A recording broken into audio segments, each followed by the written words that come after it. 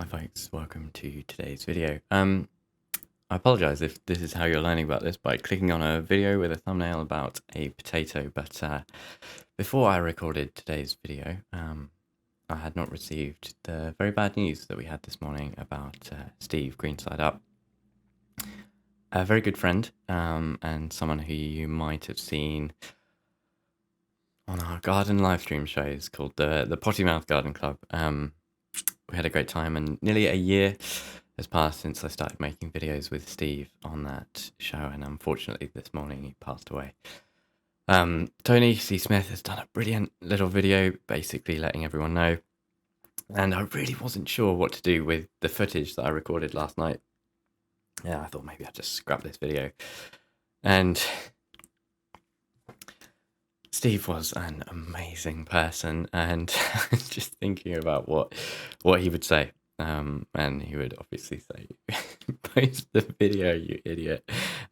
He was an amazing, encouraging presence, and really had a big impact on a lot of what I do and the way that I garden, a real no-nonsense approach. And he would want me to share this video with you. I had a really lovely comment just this morning from someone saying that after they watched Tony's announcement video, they watched one of mine, and they're kind of, I'll just post a comment, but it really meant a lot, and just kind of told me that posting this video and focusing on the kind of joy that gardening can bring is the right thing to do. So I really hope you enjoy today's video. Thanks. Hi folks, and welcome to a gorgeous evening on the plot. It's about 8 o'clock, slightly unusual for me. I don't normally come up this kind of time, but I'm trying to squeeze in a bit of time where I can, and today we're on the third plot.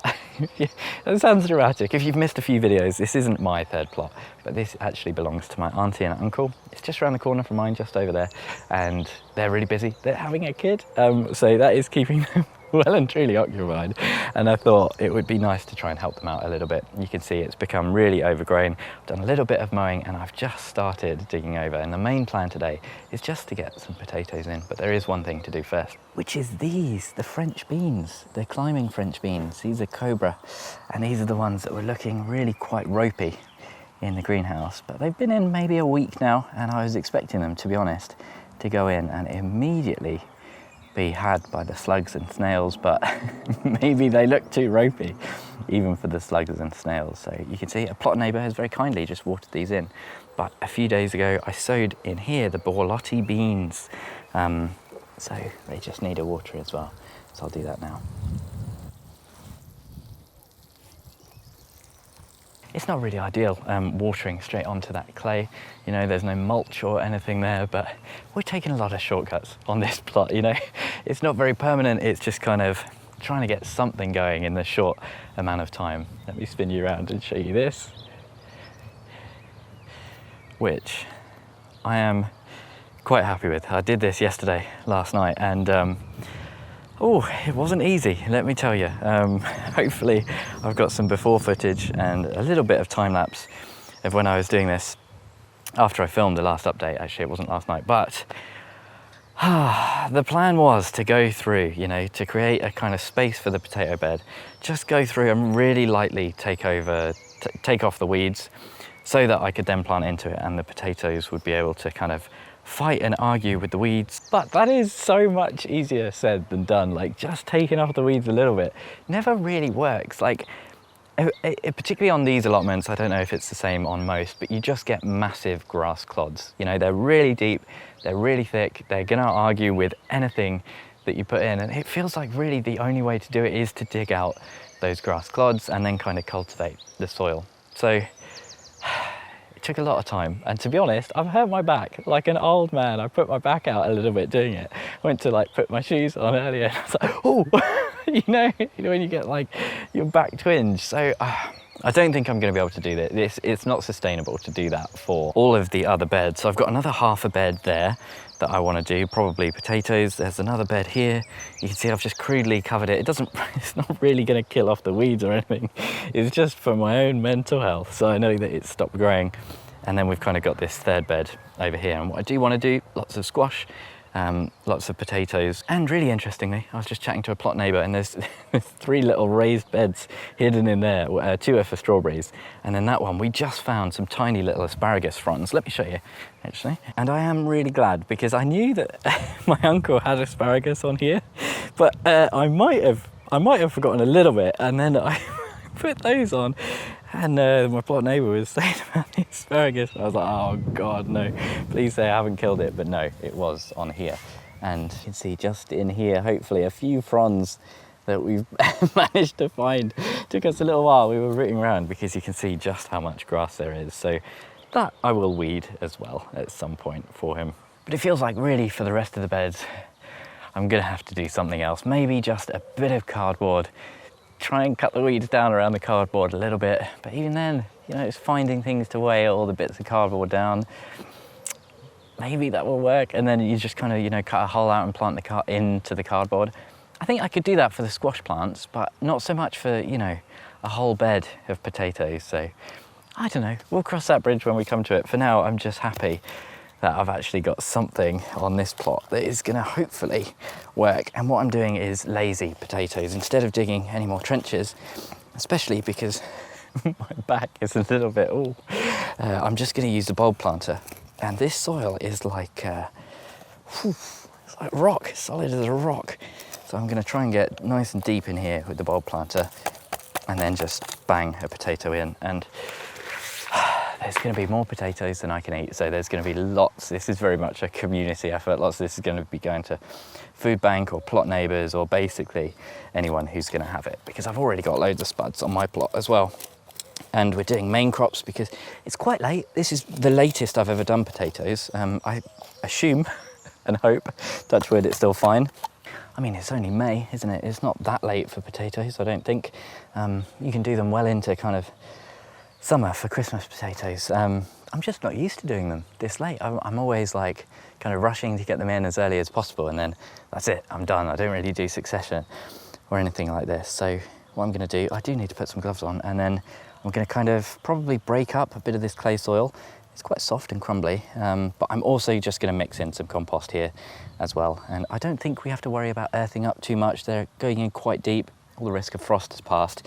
But sometimes what I have found, if you use this kind of bulb planter method and you don't go deep enough, the potato plant kind of works its way up, and as the tubers grow, they get pushed up and come to the top of the soil, and they go all green and you can't eat them. So I'm going to put a little bit of kind of compost in there as well, just to, I don't know, just to help them out a little bit. Like I say, I'm not doing anything crazy. I'm not going to be putting loads of feed or trying to get the best possible crops out of here. It's just, I just don't want this space to go to waste more than anything. I've got kind of a mixture of my spares left over, mostly King Edwards and Desiree, but also a few kind of plot neighbours have seen what I'm doing and they've given me all sorts of spares. I think someone's going to give me some pumpkins. Someone gave me some more King Edwards as well, actually. So yeah, it's quite a nice feeling. Everyone's quite happy when they see something that looks like an overgrown allotment. Sort of someone's helping out a bit, you know. It's just nice.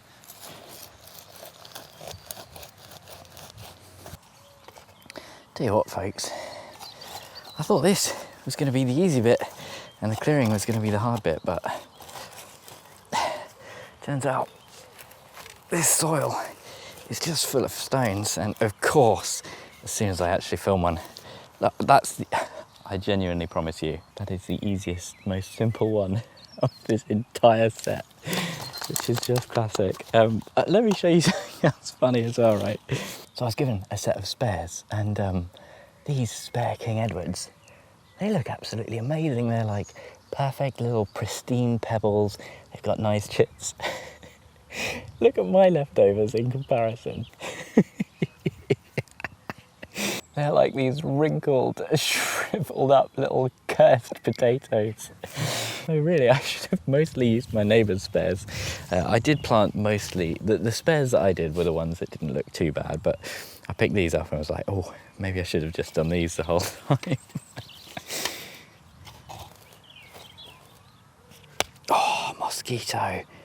Did it get me? That's the question.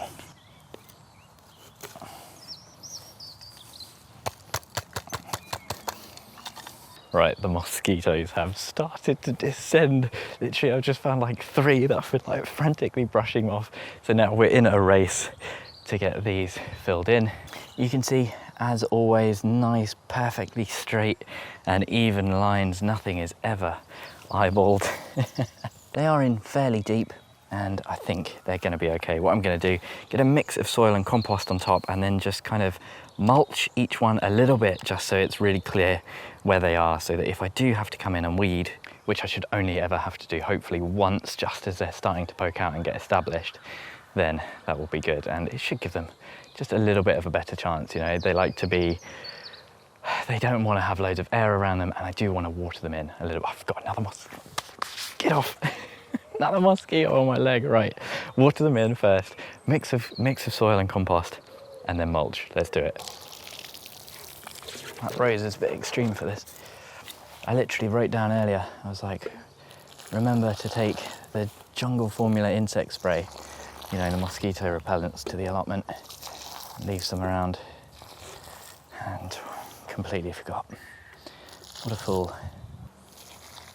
Tell you what, it's really nice as well helping out on this plot, but someone around here has, I think, what must be like a barrel of, you know, like green fertilizer, nettles, or some kind of tea, and oh my god, it absolutely reeks. Really quite unpleasant. Right, let's get these filled in. I know as well, not ideal to be stepping all over this cultivated bed, but one of those things. I didn't make the shape of the bed, and we're not too worried about these things on this plot, okay? We're not too worried. Don't think about it. Just do what you can. And most of this pretty close to the top.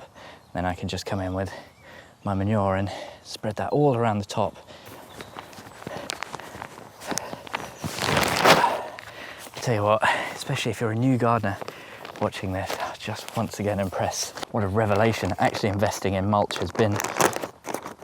For a long time when I was starting out, I would kind of see people talking about mulch and the importance and the benefits of it, and not that I didn't believe them or thought it was a scam or anything. I just kind of thought, oh well, I don't really need it, you know, what's the point? And oh my god, it's made the biggest difference to my garden, honestly. So I can just put a nice big of this composted horse manure on top, and I know it's got no weed seeds in it. It's really good stuff. Well folks, as you might be able to tell, this is the point where my microphone stopped working. Absolutely no idea why, and no idea what I possibly could have been saying here, because I'm just literally just watering them in, giving them a bit more water. For this part, I remember exactly what I was saying. I was talking about just how nice it is to be at the plot. It's about 9:30 now. You can see it's still light, and that I'm showing you my dirty arm, because what happened is a mosquito landed on me, and I just had my gloves in that bag of manure, and then I just rubbed manure all down my arm. But saying about how peaceful it is being there at that kind of evening. I don't like to do it too often because I like to have a bit of evening time to kind of wind down. And here I'm just talking about how great it feels to have something planted on this third plot, but just more generally, that feeling you get sometimes when you're gardening, when you put something in the ground and you just get that nice feeling kind of in your chest, you know, and another mosquito. I was saying I don't talk about that very often in the videos because it feels a bit weird, you know, I feel like a gardening weirdo. And then I think, actually, everyone who watches these videos, you understand that. So thank you ever so much for watching, and hopefully I'll see you again in the next one.